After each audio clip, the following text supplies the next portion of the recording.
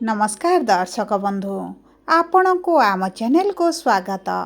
पवित्र श्रीगुंडीचा बा रथयात्रा उपलक्षे समस्त मेष राशि व्यक्ति विशेष मानू अनेक अनेक शुभेच्छा और शुभकामना। आपणकर जदि मेष राशि होता है तेबे ही भिडटी को थरे मात्र शेष पर्यंत देखंतु। निजर व्यस्त बहुल समय मध्यरु किछि समय आपण निज पाई दियंतु कहीं ना आमर आजिर यही कार्यक्रमटी समस्त मेष राशि व्यक्ति विशेषंक पाई बहुत अधिक गुरुत्वपूर्ण रही। कहीं गुरुत्वपूर्ण रही आपण भिडटी को शेष पर्यंत देखिले निश्चित भाव में जानीपारे। देखंतु आपणक मेष राशि रे एही श्रीगुंडीचा दिन बा रथयात्रा दिन बुध आसुचंती तृतीय भाव को एवं वक्री स्थिति रे ता सहित सूर्य गोचर करुछंती चतुर्थ भाव को जेउठारे मंगल एवं गुरुंक सहित रही समभाव बनाइबे एवं शुक्र गोचर करिवे पंचम भाव को जेउठारे केतुंक सहित विराजमान करिवे जहा फल रे आपणक जीवन रे बड़ परिवर्तन आसिबो एवं एही परिवर्तन किछि शुभ फल देई पारे एवं किछि क्षेत्र रे अशुभ प्रभाव मध्य पकाई पारे। देखंतु देवगुरु बृहस्पति एही रथयात्रा परे अस्त हेबा पई जाउछंती एवं ता सहित शनि जी कर्मर कारक ग्रह हेबा पई जाउछंती बक्री आगामी 138 दिन पर्यंत। मंगल बुध शुक्र सूर्यंकर राशि परिवर्तन हेबाकु जाउछि जहाँफल आपणक जीवन में बहुत बड़ परिवर्तन देखा जाउछंती। तेबे विलंब न करी आसंतु जानिबा एही श्रीगुंडीचा बा रथयात्रा दिन बा एही जुलाई मास 16 तारिख ठारू आपणक जीवन में कौन सब बड़ परिवर्तन हेबाकु जाउछि। किंतु भिडियोटी को आरंभ करने पूर्वरु जदि आपणकर भी मेष राशि होइथाए एवं आपण भी ईश्वर को आंतरिक भक्ति एवं विश्वास करती तेबे भिडियोटी को लाइक करंतु। कमेंट बॉक्स रे जय जगन्नाथ जय माँ लक्ष्मी अवश्य लिखि दियंतु।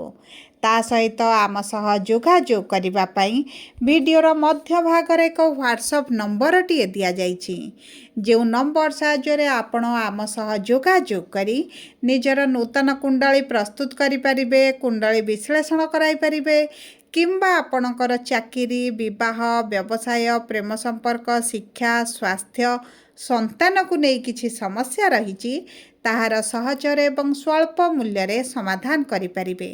सेथिपई आपण आम सह वीडियोर शेष पर्यंत जोड़ी होई रुहंतु एवं व्हाट्सएप नंबर माध्यम रे आम सह जोगाजोग करी खूब कम मूल्य रे आपणक समस्यार समाधान करंतु।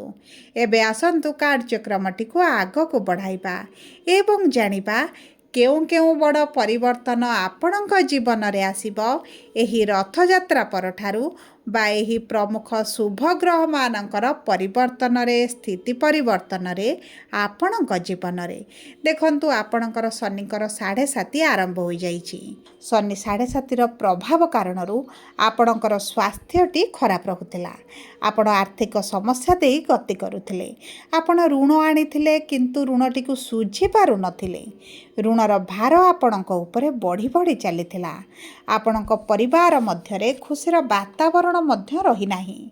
विद्यार्थी माने शिक्षा क्षेत्र में बहुत अधिक समस्या देखुचंती आपण चाकरी पई बारंबार चेष्टा करी मध्य आपण को निराशतार सम्मुखीन हेबाकु पड़ुछि आपणकर अजथा खर्च गुड़ाए बढ़ी जाउछि समाज रे आपणक मान सम्मान केउठी ना केउठी हानि हेबारे लागिछि एवं आपणकर संतान संतति को नहीं बहुत अधिक चिंताग्रस्त रहुचंती आपणक व्यापार हो व्यवसाय हो सही सब क्षेत्र में आशा अनुरूपक लाभ हेउ नाही एक प्रकार आपण लॉस मध्य देखुछंती आपणक प्रेम जीवन हेउ बा आपणक दाम्पत्य जीवन हेउ कलह समस्या सबु बेले लागी रहुछि आपण मानसिक दुश्चिंता मध्य रहुछंती शरीर रे पीड़ा जंत्रणा अनुभव करुछंती तेबे एही भली जहाँ भी समस्या आपणक जीवन रे चलुथिला ताहा एही रथयात्रा परे बा एही श्रीगुंडीचा परे दूर हेबा पई जाउछि ଏବଂ ଆପଣଙ୍କ ଜୀବନରେ ପୁନର୍ବାର ଖୁସି ଫେରିବା ପାଇଁ ଯାଉଛି। ତେବେ ବିଳମ୍ବ ନ କରି ଆସନ୍ତୁ ଜାଣିବା କେଉଁ କ୍ଷେତ୍ରଗୁଡ଼ିକରେ ଆପଣଙ୍କୁ ସୁଖଦ ସମୟ ଦେଖିବେ, କେଉଁ କ୍ଷେତ୍ରଗୁଡ଼ିକରେ କିଛି କାଂଶରେ ଆପଣଙ୍କୁ ସାବଧାନୀ ରଖିବାକୁ ପଡ଼ିବ। ତେବେ ସର୍ବପ୍ରଥମେ ଜାଣିବା ଅଶ୍ୱିନୀ ମେଷ ରାଶି 1/1 ମେଷ ରାଶିର ବ୍ୟକ୍ତି ବିଶେଷମାନଙ୍କର ନକ୍ଷତ୍ରାଧିପତି ହେଉଛନ୍ତି କେତୁ। ବିରାଜମାନ କରିଛନ୍ତି ପଞ୍ଚମ ଭାବରେ। ଯେଉଁ କାରଣରୁ ସନ୍ତାନଙ୍କ ଜୀବନରେ ସମସ୍ୟା ସହିତ ସନ୍ତାନ ପ୍ରାପ୍ତି ପାଇଁ ଚେଷ୍ଟା କରି ମଧ୍ୟ ଆପଣଙ୍କୁ ସମସ୍ୟା ଦେଖିବାକୁ ପଡ଼ୁଥିଲା ଏବଂ ଶୁକ୍ର ଆପଣଙ୍କ ପଞ୍ଚମ ଭାବକୁ ଗୋଚର କରିବା କ୍ଷଣି ଆପଣଙ୍କ ପ୍ରେମ ସମ୍ପର୍କ ପାଇଁ ବହୁତ ଭଲ ସମୟ ଆସିଛି। ଯଦି ଆପଣଙ୍କ ସମ୍ପର୍କରେ ଦୂରତା ବଢ଼ିଯାଇଥିଲା, କୌଣସି କାରଣବଶତଃ ନେଇ ମନମାଳିନ ମତଭେଦ ଚାଲିଥିଲା, ତାହା ଆପଣଙ୍କର ଦୂର ହୋଇଯିବା। ସବୁଠାରୁ ବଡ଼ କଥା ହେଉଛି ପ୍ରେମ ବିବାହର ଆପଣଙ୍କର ଅତି ପ୍ରବଳ ଯୋଗ ବନିବ।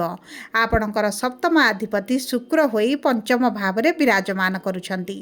ଆପଣଙ୍କ ପ୍ରେମ ସମ୍ପର୍କକୁ ନେଇ ଯଦି କୌଣସି ନା କୌଣସି କାରଣବଶତଃ ବାଧାବିଘ୍ନର ସମ୍ମୁଖୀନ ହେଉଛନ୍ତି, ବିବାହ କରିବା ପାଇଁ ଚାହିଁ ମଧ୍ୟ କରିପାରୁନଥିଲେ, ତେବେ ଏହିସବୁ ବିପରୀତ ପରିସ୍ଥିତିରୁ ଆପଣ ବାହାରକୁ ଆସିବେ। ଆପଣଙ୍କର ବିବାହ ଅଚାନକ ଠିକ୍ ହୋଇପାରେ କିମ୍ବା ଆପଣଙ୍କ ବିବାହ ଠିକ୍ ହୋଇ ରହିପାରେ। ଏହି ସମୟ ମଧ୍ୟରେ ଅଚାନକ ବିବାହର ମଧ୍ୟ ଆପଣଙ୍କର ଯୋଗ ଦେଖାଉଅଛି। ଏବଂ ଦେଖନ୍ତୁ, ଶନି ଯେହେତୁ ଦ୍ୱାଦଶ ଭାବରେ ଅଛନ୍ତି, ଆପଣଙ୍କ ମେଡ଼ିକାଲରେ ବହୁତ ଗୁଡ଼ିଏ ଅର୍ଥ ଖର୍ଚ୍ଚ ହୋଇଯିବ। ଆପଣଙ୍କ ପାଇଁ ହେଉ କିମ୍ବା ଆପଣଙ୍କ ପ୍ରିୟ ପରିଜନଙ୍କ ପାଇଁ ହେଉ, କିମ୍ବା ଯଦି ଆପଣ ପୂର୍ବରୁ ମେଡ଼ିକାଲରେ ରିଲେଟେଡ଼୍ କିଛିଟା କାର୍ଯ୍ୟ କରୁଛନ୍ତି, ସେହିସବୁ କ୍ଷେତ୍ରରେ ଭାଗ୍ୟ ଆପଣଙ୍କର ସାଥ ଦେଉଛି। ସୂର୍ଯ୍ୟ ଚତୁର୍ଥ ଭାବରେ ଥିବା କାରଣରୁ ଆପଣଙ୍କର ପ୍ରପର୍ଟି, ଜମି, ଭୂମି, ଯାନ ଯଦି କିଛି କ୍ରୟ କରିବା ପାଇଁ ଚାହୁଁଛନ୍ତି, ତେବେ ଉତ୍ତମ ରହିବ। କିନ୍ତୁ ଗୁରୁ ଯେହେତୁ ଅସ୍ତ ରହିବେ, ଆପଣ କିଛି ସମସ୍ୟା ଦେଖିପାରନ୍ତି, ଡିଲ୍ରେ କିଛିଟା ବିଳମ୍ବ ଦେଖିପାରନ୍ତି, ଆପଣଙ୍କୁ ଏତେଟା ସନ୍ତୁଷ୍ଟି ନ ମିଳିପାରେ। ତେଣୁକରି ଯଦି ଆପଣ ବିଳମ୍ବରେ ନିଅନ୍ତି ବା ଏହି ରଥଯାତ୍ରା ପରେ ବା ଜୁଲାଇର ଶେଷ ସୁଦ୍ଧା କିଛି ନିଷ୍ପତ୍ତି ନେବେ, ତେବେ ଆପଣଙ୍କ ପାଇଁ ଅତି ଉତ୍ତମ ରହିବ। ଏବେ ଆସନ୍ତୁ ଜାଣିବା ଦ୍ୱିଜା ମେଷ ରାଶି 2/1 ମେଷ ରାଶିର ବ୍ୟକ୍ତି ବିଶେଷମାନଙ୍କର ଶୁକ୍ର ହେଉଛନ୍ତି ନକ୍ଷତ୍ରାଧିପତି ଏବଂ ଶୁକ୍ର ବିରାଜମାନ କରିଛନ୍ତି ପଞ୍ଚମ ଭାବରେ। ଆପଣଙ୍କର ଧନର ଭାବର ଏବଂ ଆପଣଙ୍କ ସପ୍ତମ ଭାବର ସ୍ୱାମୀ ଯେହେତୁ ଶୁକ୍ର ଅଟନ୍ତି, ଆର୍ଥିକ ସ୍ଥିତିରେ ଉନ୍ନତି ଦେଖିବେ। ଆପଣଙ୍କର ଯଦି ଅର୍ଥ କେଉଁଠି ଫସିକି ରହିଛି, ତାହା ମିଳିଯିବ କିମ୍ବା ଆପଣଙ୍କର ପ୍ରିୟ ପରିଜନ କୁଟୁମ୍ବଙ୍କ ମଧ୍ୟରେ କିଛିଟା ସମସ୍ୟା ରହିଛି, ପାରିବାରିକ ଶାନ୍ତି ଏତେଟା ଅନୁଭବ କରୁନାହାନ୍ତି, ତେବେ ସେହିସବୁ କ୍ଷେତ୍ରରେ ଆପଣଙ୍କୁ ଶୁଭ ଫଳ ପ୍ରାପ୍ତି ହେବ। ଆପଣଙ୍କର ଅର୍ଥକୁ କେନ୍ଦ୍ର କରି ଯଦି କିଛି କାର୍ଯ୍ୟଟି ଅଟକି ରହିଛି, ବିଳମ୍ବ ହେଉଛି, ସେହିସବୁ କ୍ଷେତ୍ରରେ ନିଶ୍ଚିତ ଭାବରେ ଆପଣ ଉନ୍ନତି ଦେଖିବେ, ଅଗ୍ରଗତି ଦେଖିବେ, ଲାଭ ଦେଖିବେ।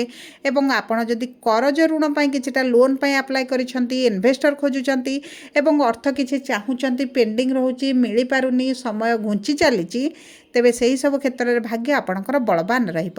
ଯଦି ଆପଣ ସରକାରୀ ଚାକିରି ପାଇଁ ଚେଷ୍ଟା କରୁଛନ୍ତି, ପରୀକ୍ଷା ଦେଉଛନ୍ତି, ଇଣ୍ଟରଭ୍ୟୁ ଏଣ୍ଟ୍ରାନ୍ସ କିଛି ଦେଉଛନ୍ତି, ତେବେ ଭାଗ୍ୟ ଆପଣଙ୍କର ସାଥ ଦେବ। କାରଣ ଗୁରୁ ଆପଣଙ୍କ ଚତୁର୍ଥ ଭାବରେ ରହି ସରକାରୀ ଚାକିରିର ଅତି ପ୍ରବଳ ଯୋଗ ବନାଇବେ।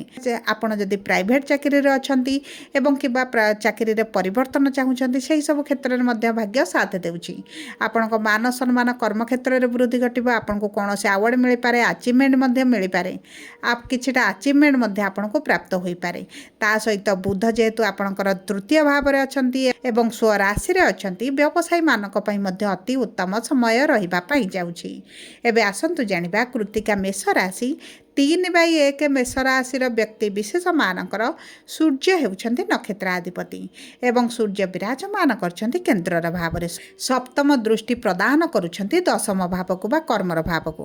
କର୍ମକ୍ଷେତ୍ରରେ ଆପଣ ଊର୍ଜାବାନ ଅନୁଭବ କରିବେ। ବହୁତ ଗୁଡ଼ିଏ କାର୍ଯ୍ୟକୁ ଆପଣ ସହଜରେ ସମାଧାନ କରିଦେବେ। ଲିଡରସିପ୍ର କ୍ୱାଲିଟି ଆପଣଙ୍କର ଆସିବ ଏବଂ ତାହା ସହିତ କିଛି ଗୁଡ଼ିଏ କାର୍ଯ୍ୟକୁ ନେଇ ଆପଣ ଯେଉଁ ପୂର୍ବରୁ ଦ୍ୱନ୍ଦ୍ୱରେ ରହିଥିଲେ, ଟେନସନରେ ରହୁଥିଲେ, ତାହା ଆପଣଙ୍କର ଦୂର ହୋଇଯିବ। ଆପଣଙ୍କର କାର୍ଯ୍ୟର କ୍ରେଡ଼ିଟ୍ ଯଦି ଆଉ କାହାକୁ ମିଳୁଥିଲା, ଅଚାନକ ଶତ୍ରୁ କିଛିଟା ରହିଛନ୍ତି ଯିଏ ଆପଣଙ୍କୁ ସମସ୍ୟାରେ ପକାଉଛନ୍ତି, ଆପଣଙ୍କ କାର୍ଯ୍ୟରେ ବାଧା ଆଣୁଛନ୍ତି, ସେହିସବୁ କ୍ଷେତ୍ରରେ ମଧ୍ୟ ଆପଣଙ୍କୁ ପଜିଟିଭ୍ ରେଜଲ୍ଟ ଦେଖିବା ଆରମ୍ଭ କରିବେ।